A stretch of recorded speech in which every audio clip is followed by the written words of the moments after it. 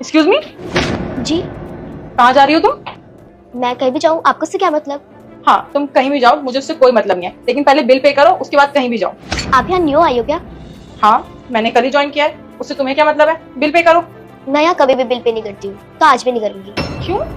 मतलब तुम्हारा आज पहली बार नहीं है, तुम हमेशा कुछ ना कुछ खा के जाती हो और बिल पे नहीं करती। दिखने में तो तुम अच्छे खासे घर से लग रही हो, कपड़े भी तुमने अच्छे पहने हुए हैं, फिर ऐसी क्या मजबूरी है कि तुम यहाँ पे खा के जाती हो और तुम बिल पे नहीं करती? क्या तुम्हारे पास पैसे नहीं है? तुम्हारे मम्मी पापा कहाँ हैं? आप गलत समझ रहे हो, ऐसी कोई बात नहीं है। बेटा, मैं गलत नहीं समझ रही, मैं सही समझ रही हूँ। तुम मुझे अपनी मजबूरी बता सकती हो। देखो, बुरा टाइम तो किसी का भी आ सकता है ना।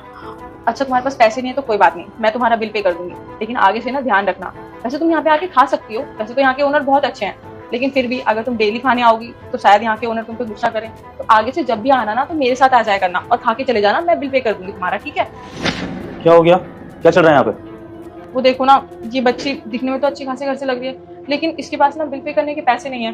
तो मैंने सोचा मैं इसका बिल पे कर दूंगी, लेकिन आप इसको कुछ बोलना मत, अभी ये बहुत छोटी है, क्या पता इसको भूख लगी हो और ये खाने आ गई हो। सताक्षी, तुम इससे बिल पे करने को कह रही हो और ये समझ लो कि इसके पास पैसे नहीं है। सताक्षी, मैं तुम्हें बता दूं कि इस लड़की के पास इतना पैसा है कि पूरा रेस्टोरेंट खरीद सकती है। बिल पे करना तो बहुत छोटी बात है इसके लिए। क्या सर? तो ये बिल पे क्यों नहीं कर रही है? अब भला खुद के रेस्टोरेंट में कोई बिल क्यों पे करेगा? अगर रेस्टोरेंट के पापा का हो तो फिर इसको बिल पे करने की क्या जरूरत है? क्या सर, ये आपकी बेटी है? सर सॉरी, मुझे पता नहीं था कि ये आपकी बेटी है। बेटा, आप मुझे पहले बता देते ना, मैंने थोड़ा सा आपको डांट दिया बिल पे करने के लिए, मुझे पता नहीं था सर।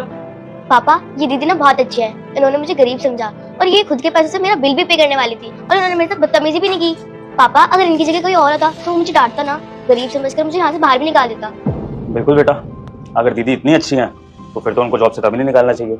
वाह सताक्षी, आप इतने काइंड हार्टेड हो, ये तो मुझे पता ही नहीं था। अच्छा लगा जानकर कि आपके अंदर लोगों के लिए इतनी सिंपैथी है। और वैसे भी ये रेस्टोरेंट ने लोगों का पेट भरने के लिए खोला है, सिर्फ पैसा कमाने के लिए नहीं।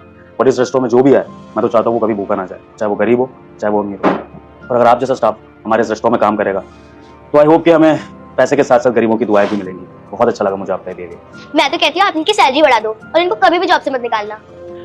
हाँ बेटा, बिल्कुल जैसा आप कहोगे वैसा ही होगा। अच्छा, आप एक काम करो, अब आप नीचे जाओ और पापा का वेट करो, तब तक पापा दीदी से बात करके आते हैं। थैंक यू दीदी, आप बहुत अच्छी हो।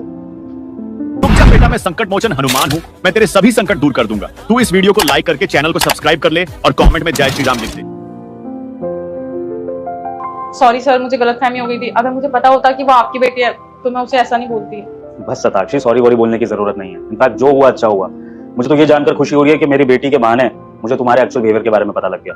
वरना आजकल स्टाफ तो आता है, लेकिन पीठ पीछे क्या बदतमीजी कर रहा है, उसका क्या बिहेवियर रहता है, ओनर को क्या पता।